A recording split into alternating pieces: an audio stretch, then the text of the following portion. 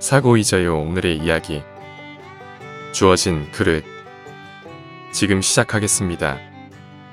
1999년에 개봉한 영화 박하사탕을 보면 주인공인 설경구는 본인이 살아온 인생을 후회하면서 순수를 지니고 있던 시기로 돌아가고 싶어 합니다.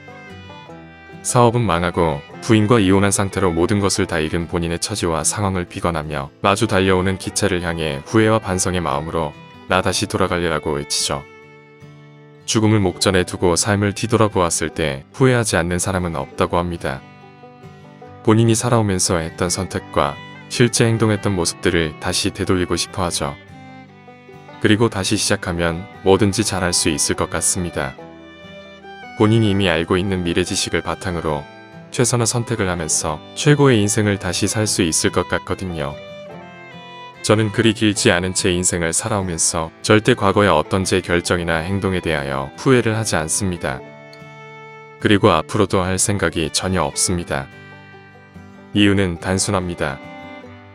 제 스스로가 너무 잘나고 제 판단이 항상 옳아서가 아니라 과거 특정 시점에 판단하고 행동한 당시의 제 결정은 그때 그 당시로는 최선의 선택이었기 때문입니다. 만일 지금 다시 과거로 돌아가 같은 문제에 대해 선택하라고 하면 아마도 다른 결정을 내렸을 수도 있습니다. 이미 과거 어떤 선택에 대한 결과를 알고 있는 저는 그때보다 더 나은 현재 사고력과 판단력으로 더 현명한 판단을 할 수 있겠죠. 하지만 과거 특정 시점에 제게 주어진 문제의 크기는 그 시절 제 그릇에 맞는 문제의 크기가 주어졌을 겁니다.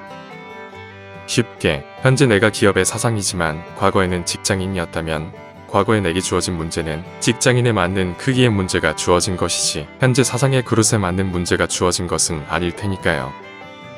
그 당시로는 그때 수준에 맞는 문제가 있고 발전된 지금의 나는 지금의 나에게 맞는 크기의 문제가 주어질 뿐입니다. 과거나 현재의 선택에서 우리는 항상 딱 한 가지만 고려하고 전제하면 됩니다. 그것은 바로 과거 특정 시점의 선택과 결정이 깊은 고민과 생각 속에 결정된 선택이냐입니다. 만일 과거 특정 시점에 내게 주어진 선택과 결정이 그 당시로서는 최선의 선택이었다면 그 선택을 후회할 이유가 전혀 없습니다.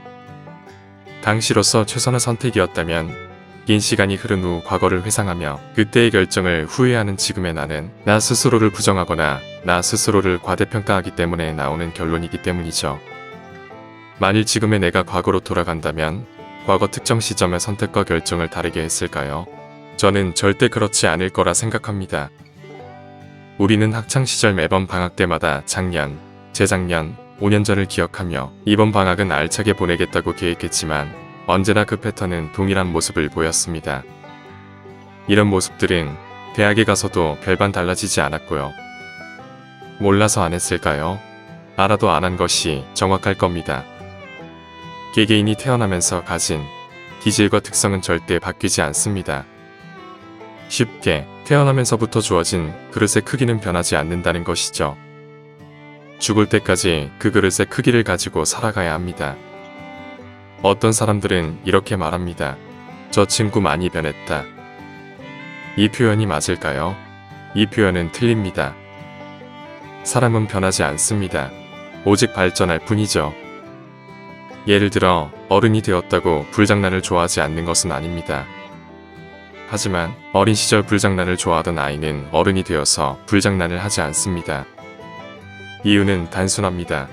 불장난을 하면 위험하고 불에 데일 수 있다는 것을 지식과 경험으로 터득해 발전했기 때문입니다.